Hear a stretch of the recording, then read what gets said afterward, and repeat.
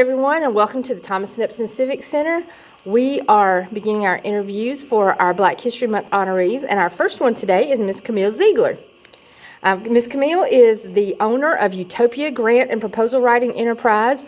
She's the CEO of the Brenda Smith Clay Foundation, and she's the past president of the Atlanta Alumni chapter of the Delta Sigma Theta Sorority. Ms. Zeigler, welcome to our podcast. We're glad to have you with us today. Thank you so very much. Thank you for having me. We're glad to have you with us. I also wanted to thank Mr. Chris Fagan for being here and doing our recording for all of our interviews this time. He's going to be preparing those, and we'll have them posted in just a few days. So, I'd like to begin by asking for you to tell us a little bit about you personally. Tell us who Miss Camille Zeigler is. Have you lived in Thomaston always, or married, have kids here, anything like that? No, I left Thomaston when I graduated from Robert E. Lee, and I never really lived in Thomaston again after that. I would visit often, but never lived here. I went to Spelman after I left Robert E. Lee, and my mother moved to Atlanta, so our home was Atlanta. So I did not return to Thomaston after I graduated from Robert E. Lee. Mm-hmm. I don't have any children of my own, but I have lots and lots and lots of children. My nieces, my nephews, and all of my trio students. Yes. I'm going to ask you about the trio in just a little bit because I'm interested to hear more about that. I've read in your biography that you are one of the 13 original African American students who were integrated into the school system. Can you tell us about that experience? Was that a positive experience for you? How old were you when that happened? What grade were you in? I was a rising junior at the time we did the integration. And believe it or not, it was a fairly positive experience. We ran into a few little snags, but nothing really of significance. I think that Thomaston's integrating the schools probably was one of the smoothest in Georgia.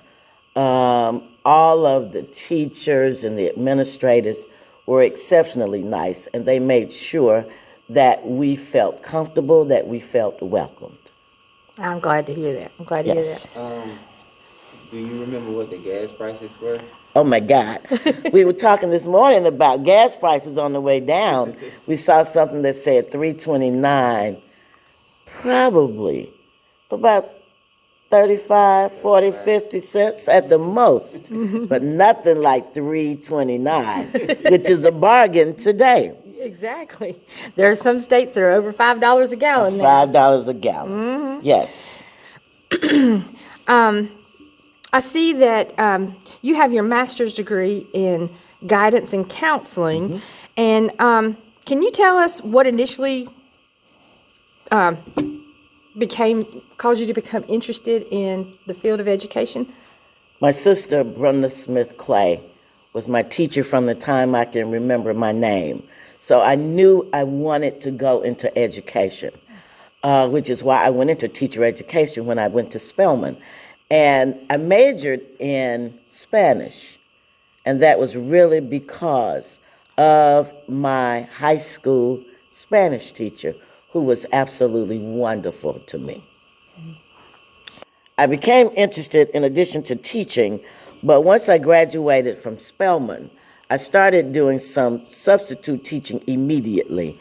And I went to one of the high schools, and I saw the worst counselor in the world. She was doing absolutely nothing for children. Yes. So I knew immediately that that's what I wanted, because I know that's my chosen avocation, to be with children, to help children. And when I saw that, I knew immediately that I had to become a guidance counselor so that I could make a positive impact on more students' lives. Yes.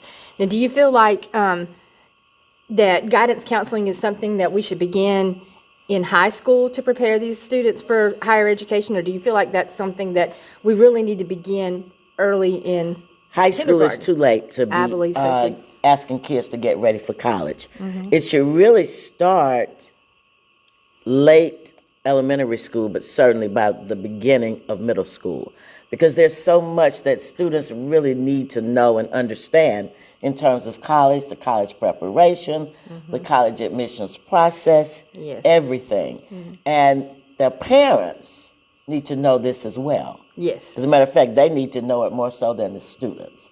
So I would say the earlier, the better. Yes. I think in our household, we taught college probably when they're maybe 6, Yes. 7 years old, so that they can be ready, know where it is you would like to go to school, what it is you would like to major in, or what do you want to be when you grow up. Yes. We started that conversation in our household at very young ages. What do you Yes. want to be when you grow up? Of course, they change a dozen times by the time they and that graduate is from high fine. school, but Yes. at least they have that in their mind. I need to be looking forward. Yes. Would you say that that process is harder now opposed to long ago when you first started, given to the fact that the only means to information was a library, and now everybody has a device or a computer? It is much easier because of technology, but getting into college is more difficult today than it was before because of the admissions process that many of us are truly not aware of. See, it was easy. You say, I'm going to graduate from high school, I'm going to college. It's not that way anymore. There are certain fields that you cannot go into unless you have a certain grade point average. You cannot enter until after or the beginning of your junior year. So I would say it's more difficult now, aside from the fact that it's far, far, far more expensive than it was back in the day. It seemed like it would be easier because this information that we're not aware of is still inside of these technological devices. It is, and that's exactly where it is, inside of the devices. And it's not out where the students and their parents really get it and understand. And I think the most difficult thing for children is to get their parents to understand the admissions process and how you cannot wait till a child becomes a senior and say they're going to college. You don't have, first of all, you're not financially capable of sending them because you just started. And when you're working with young children, you have to start very early in life, which is why I love TRIO. We start early. We start in the 6th grade, telling children about the college admissions process. Start preparing for that early, and their parents as well. Very good. Very good. How did being a high school counselor lead you into starting your business in grant writing? How did those two things combine? They did not. They did not. They did not. After I left counseling in the high school, I went specifically to a TRIO program, which was Upward Bound. And that's when I got the grant writing bug, because in TRIO, every so often, and at that time, every 3 years, you had to write a grant. So I went in as a counselor, assistant director. And I had a wonderful director who allowed me to just be as creative as I chose to be, because I brought a wealth of knowledge and information with me, having been a guidance counselor for several years.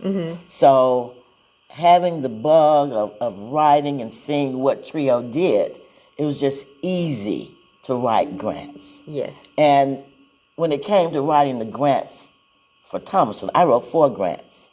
4 TRIO grants for Thomaston. Okay. And I did it at the time that all of the mills had closed. That was a devastating time. It was. People did not have jobs, and the ones they did, they had to leave Thomaston. So we started what was called an EOC program, where we worked very closely with, at that time, Flint River. And we got a lot of adults in school, working with them so that they could get another skill, Right. and be able to become gainfully employed. Yes. And in terms of talent search, Upward Bound Math Science, which was specifically for middle and high school students. That's my passion, working with children. Yes. So I knew that is what I want, and I wanted to give back. When I was growing up, Thomaston was like you lived in on Happy Hill, what we called it, and then you lived in downtown Thomaston. And we all worked together. Anytime somebody needed something, everybody pitched in. Yeah. So I knew that somebody helped me, Right. and I knew I had to give back. So, as I said, I think that having been in Thomaston, I learned how to give back. Yes. Because we worked and we helped each other. If you needed a cup of sugar, you got it. That's right. If you needed 2 eggs for breakfast that morning, you got it. Yeah. Because that's the kind of community we were. That's right. And when I succeeded, everybody in the community was proud of me as if I had been their child. So, going back to asking why did I go to Robert E. Lee, it was the community. My sisters and I were in Detroit during the summer, and this is when integration came about. I had no earthly idea that I was going to go to Robert E. Lee. Really? I would think that the citizens in the community got with my mother. And I think what they were trying to do is to make sure that they got, quote, some of the better students, so that it would not be a difficult transition for us to continue and excel as we did at Drake High School. Yes. And we did. So the community got my mother to enroll me in Robert E. Lee. My mother called me, and we were in Detroit, Michigan at the time. She called me and said, hey, on Monday, you're going to Robert E. Lee. Oh, wow. So there's no was time it. to think about it and No, prepare for nothing. it. You just, No, one nothing. school, one day. One school. I just knew on Monday Yes. that I was going to Robert E. Lee. Wow. That's exciting. You're the second person that I've met that was in that original group of students, and every one of you who succeeded. I'm very proud of all of y'all. And I guess they were saying that back in my day, we were excellent students. No, the guys, the girls, because people in the community, and particularly my mother, my grandmother, would never, ever accept anything other than your best. It was Yes. always, if it was not your best, don't do it.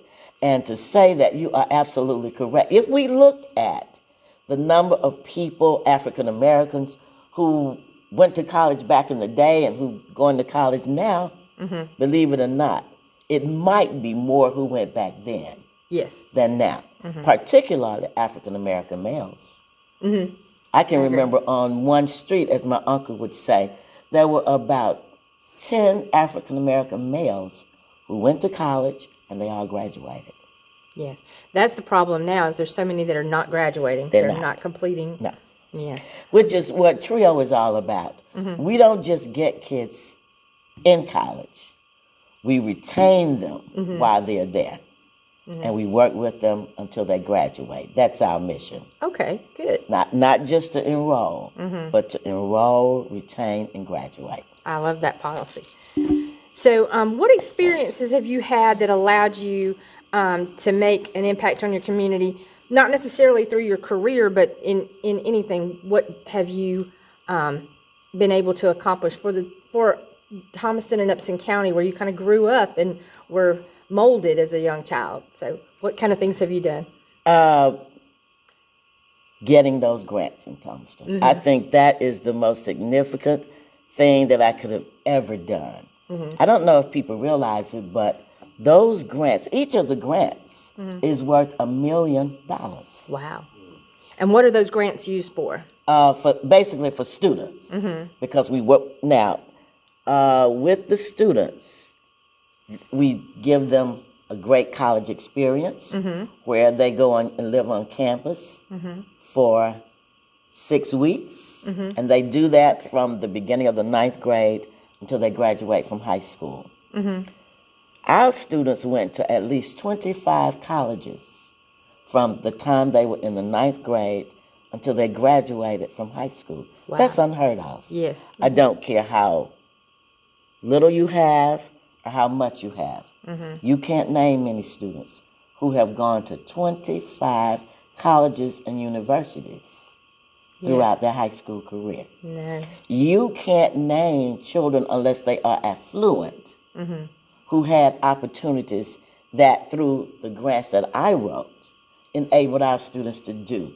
They traveled extensively. They've gone to New York, Chicago, Illinois, Florida, Alabama, New Orleans, just to name a few. And when they went those, we either went by motor coach or they flew. And I know that I had a student who said, Ms. Zeigler, you provided my first everything. The first time I ever left the state of Georgia. The first time I ever flew on an airplane. Wow. The first time I was ever on a motor coach bus. The first time I lived in a hotel. The first time I set foot on a college campus. I'm in heaven with that. Yes. I know I have done what I should do for my community. And that was to give these children in Thomaston an opportunity to have basically what I had and more. Because I certainly didn't go to 25 colleges. I certainly did not. I did not either. And I did not travel as extensively as these children did while I was in high school. So these are lifetime memories that they will have. And I do know that many of them, even today, come back and say, thank you so much for the opportunities that you gave. Their parents said, thank you for bringing these grants to Thomaston because they were sorely needed, and they still are. Absolutely. I hope you're able to continue that for students from now on. Well, we just wrote another grant last year, Oh, great. and the grants were successful, so they will be here another 4 to 5 years. Absolutely great. And I love hope I'm still young enough and wise enough and sharp enough to be able to write it again, but I don't know 5 years from now. You need to mold someone to follow in your Oh, footsteps. I do. Yes, I do. Absolutely. Let's see. So now I want to learn more about the TRIO program because I could see from your biography that your passion is helping these students and especially helping them to matriculate from high school into higher education and to, as you said, to complete their college career and give back to the community. So tell us more about TRIO. What exactly does TRIO stand for and Okay. exactly what do the students do while they're there? Well, TRIO really doesn't stand for anything Oh, okay. in terms of the way you would think. But TRIO says it was the first 3 grants that were funded under Lyndon Baines Johnson. It started in 1964. Okay. He did, and we had Upward Bound, Talent Search, and Student Support Services. And that's the order in which they came. Okay. And Talent Search works with middle school students starting in 6th grade until they graduate from high school. Okay. We work them with tutoring, college preparation. We take them on field trips. They don't have the opportunity to go and live on campus the way Upward Bound does. But we do as much as we possibly can with them. And by the time they get to we do SAT, ACT preparation. We work them on employability skills and then talk about various careers for them. And if there are students who are particularly interested in a certain field, then what we try to do is to make sure that during the summers or during the academic year that they are taking the courses necessary for them to pursue their career. Yes. Okay. Great. In terms of Upward Bound works with 9th through 12th graders. And it is strictly for those students who are interested in going to college. You have to say, I'm on a college prep track, otherwise you can't be enrolled. Okay. We specifically want to work with those students. And Student Support Services is a program where you work with students once they get into college. Okay. But the other grant that I wrote for Thomaston is the Upward Bound Math and Science grant, which we are very particularly proud of because of all the STEM programs and STEM-related careers. And what we want to do is focus on careers that are pretty much non-traditional, careers that that our students have really not heard of. So we're taking them to places that are STEM related. We want them to go into medical fields, but not just medical fields, because there's so much more they can do. Right. Many kids say doctors, but we need to let them know in the medical field. There's so much in research and all kinds of things in the background. And it won't take 12 years. Yes.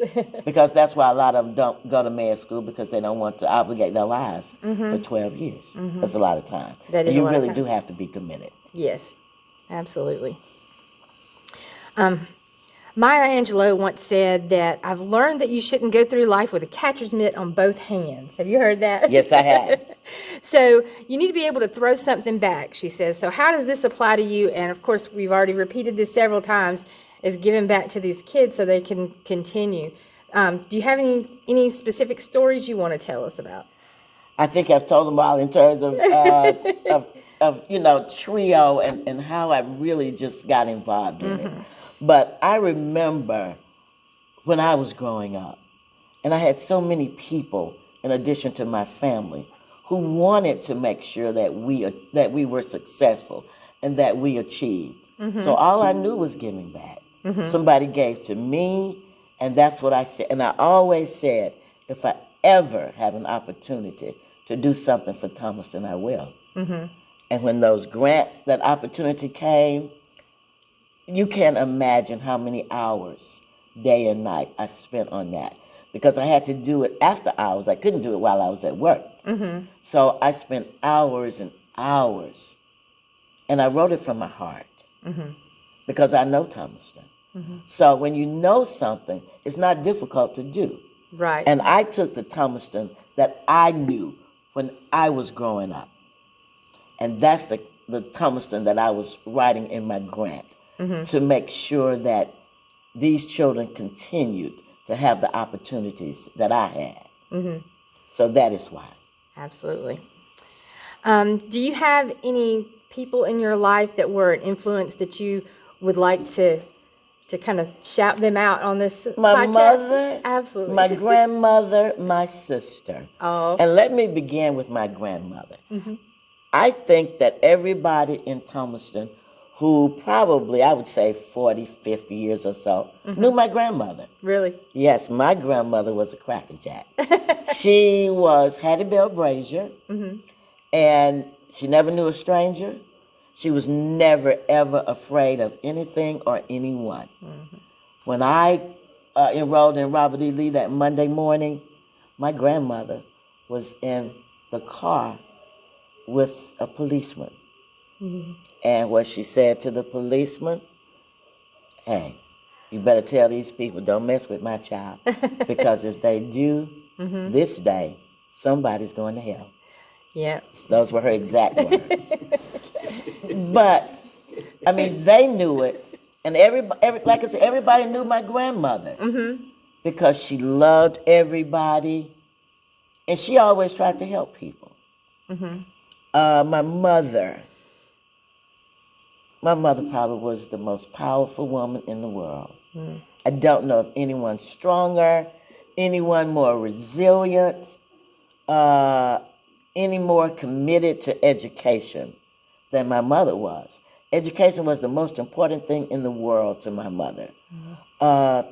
Thanks to my mother, and because of my mother, to this day I don't know how to cook. Really? No, my mother said, go get your lesson.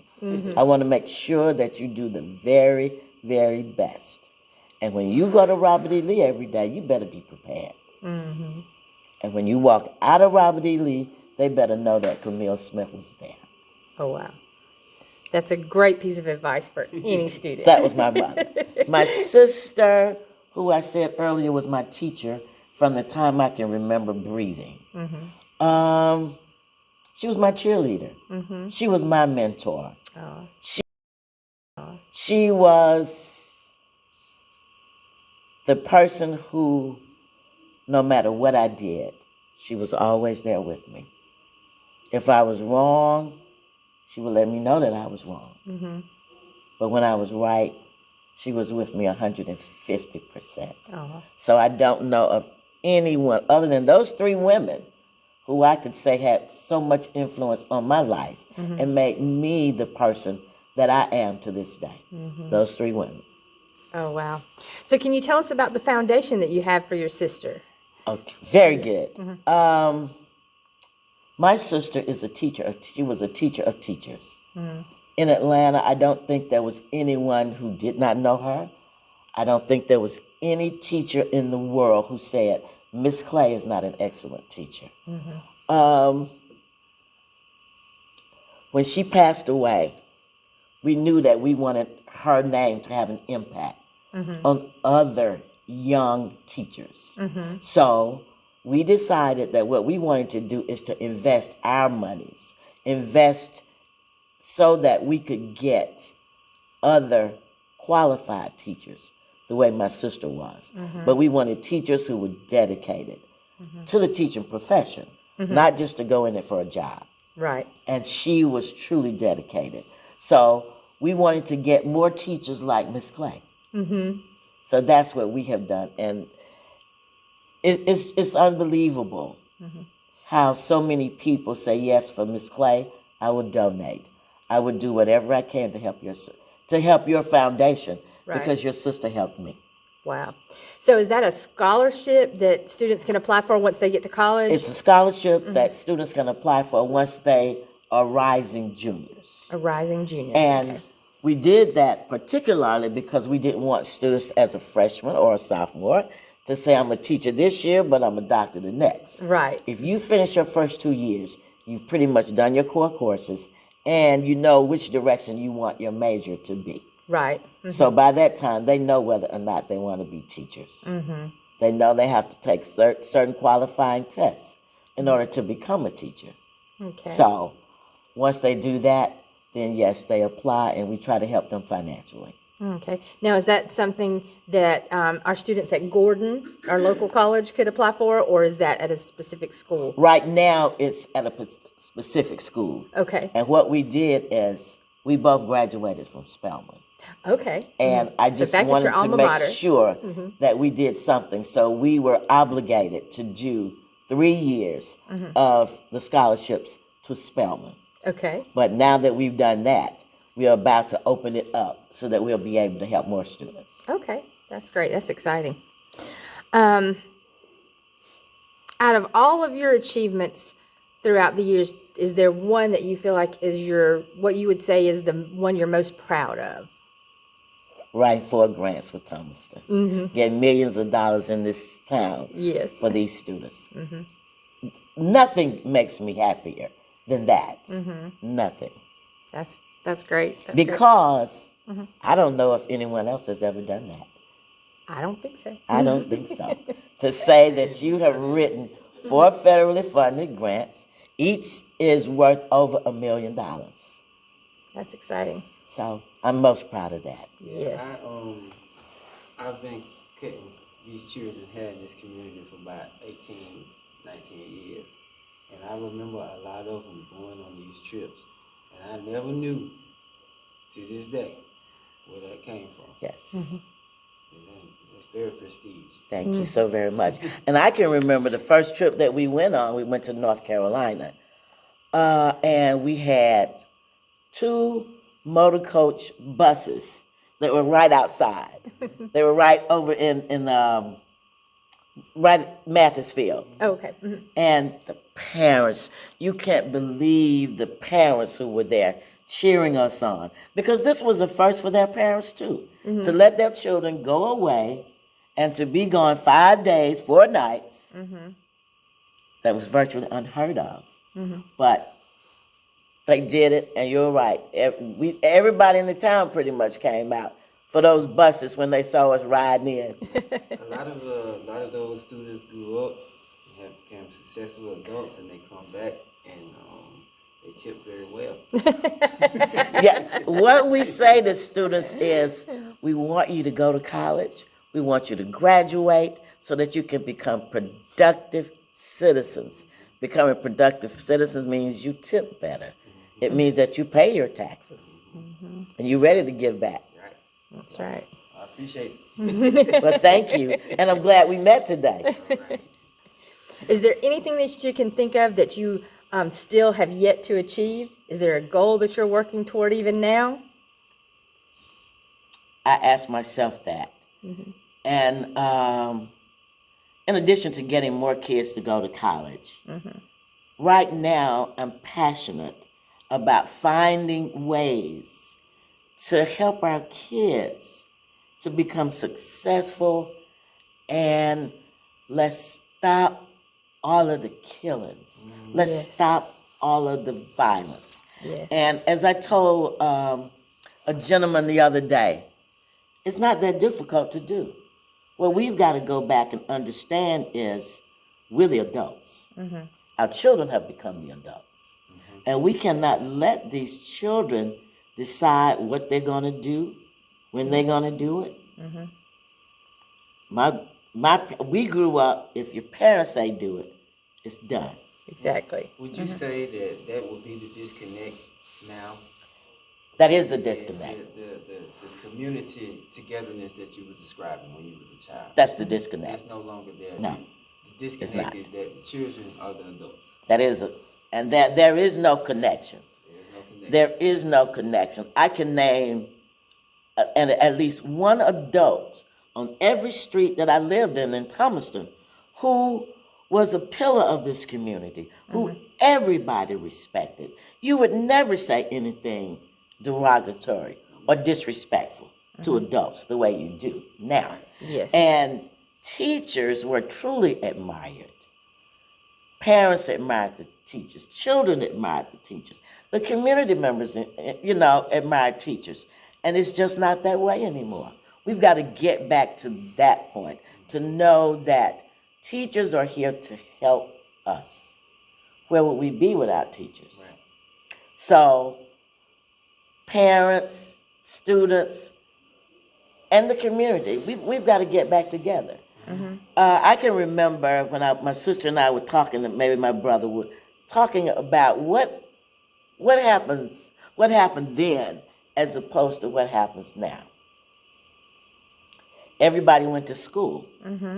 You saw a few people that dropped out of school, but it was not a major dropout of students. Right. Everybody went to school, and everybody was successful, no matter what, their economic situations or their academic situations. If they were what we would consider a little slower, a little behind, somebody in that class helped them. We didn't leave them behind. Right. We reached back and we got them and we brought them with us. And we're just not doing that anymore. No, we are not. Parents are wonderful with their children when they are young. But the older they get, children don't want their parents to be as connected and as involved in school as they were when they were in elementary school, not even in middle school. So we've got to get back where children are actively involved in academics, actively involved in athletics, actively involved in the other activities that go on in the school, art, choir, band. We don't do that anymore. And those things are important. And I think that's how we lost a lot of our children, when we took the arts away from school. I absolutely agree.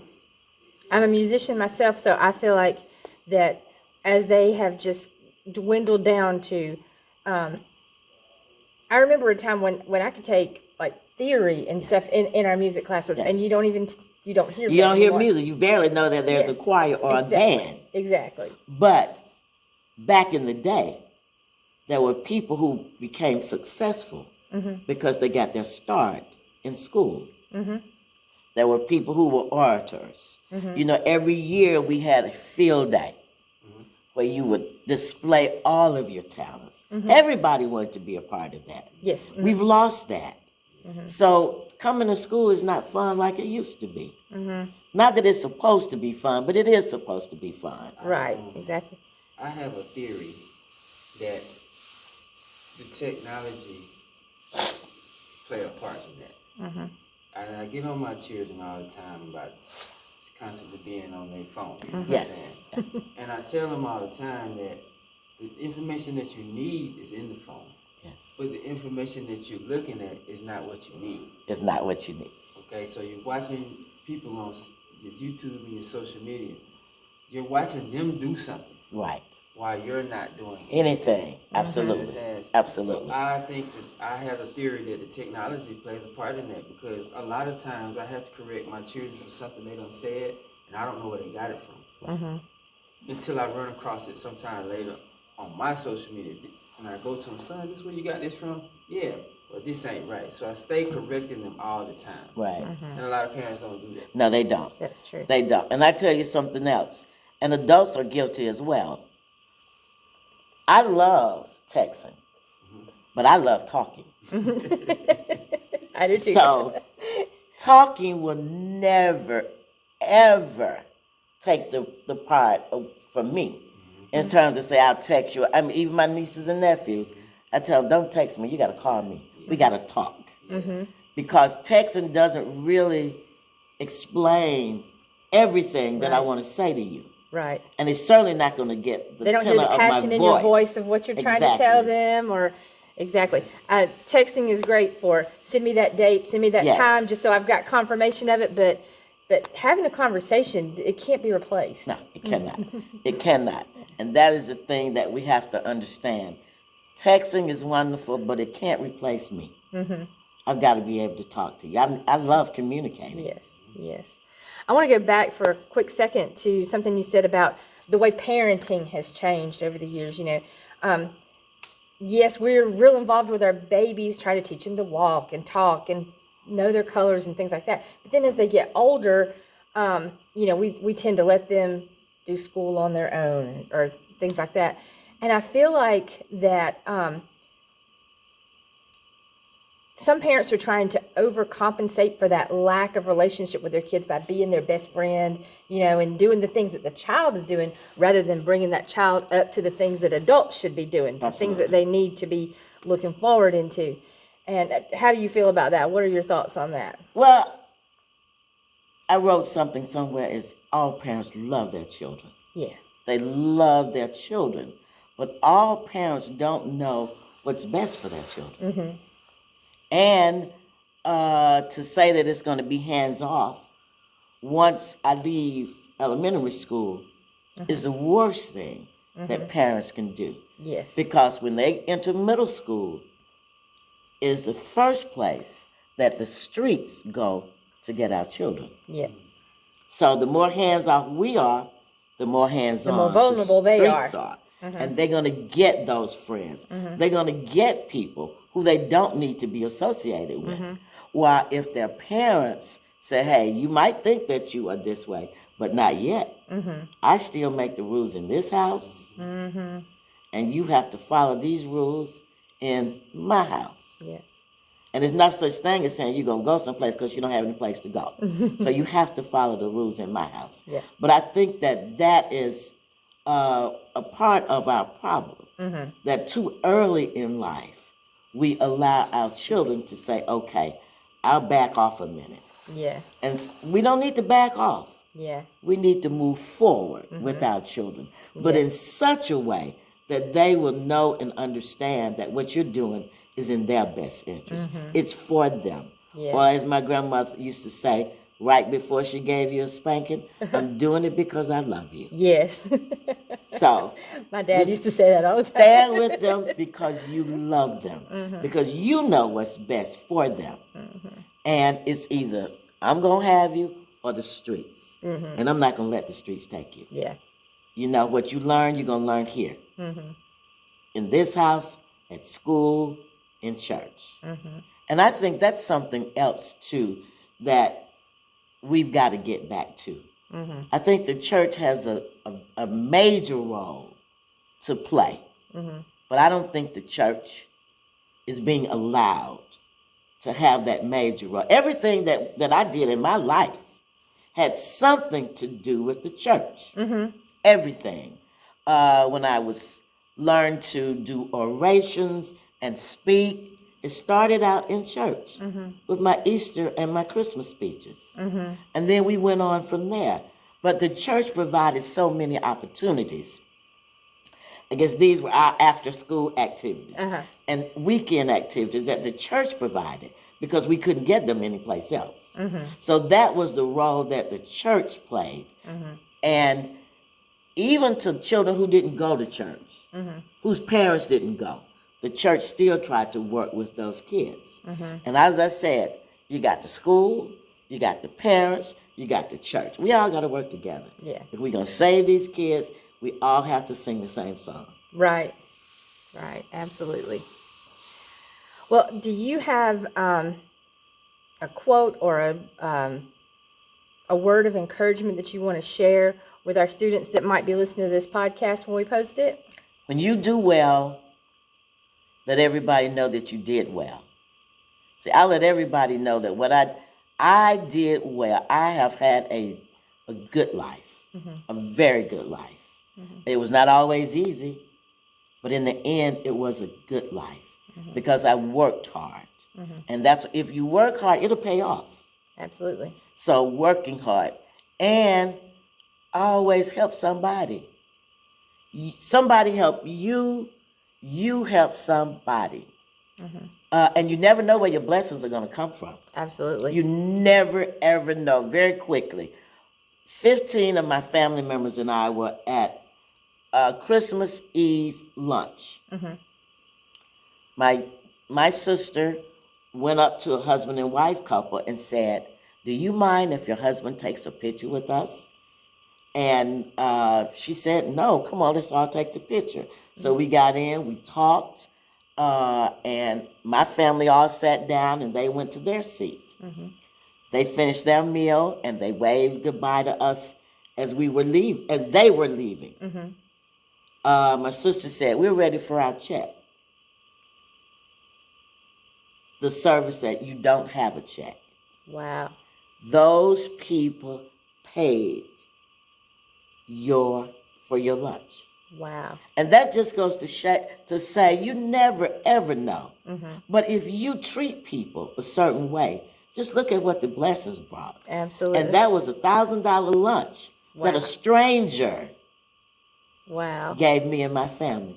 And it was because of how you treat people. And again, treat people right and try to help somebody. And if you do those two things, and always give back, especially to your hometown. Anything that you can do to make a difference in your hometown is what we all should be doing. Yeah. It can't get any better if we don't. It can get worse if we don't. Right. But we need to try everything we can to make it better. Yes, absolutely. Well, I want to thank you so much for spending time with us today. I've enjoyed getting to know you. I love your smile. Thank you. Thank you.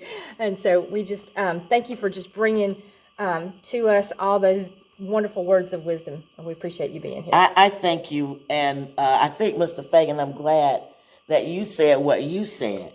Because when I wrote the grants, I didn't do it for notoriety. I did it for the love of these children. But you're right. There are probably so many people who don't know how these grants got to Thomaston. But let me tell you today, they got here because Camille Smith Zeigler saw the need, knew her hometown, and the children in it needed these talent search, these trio programs.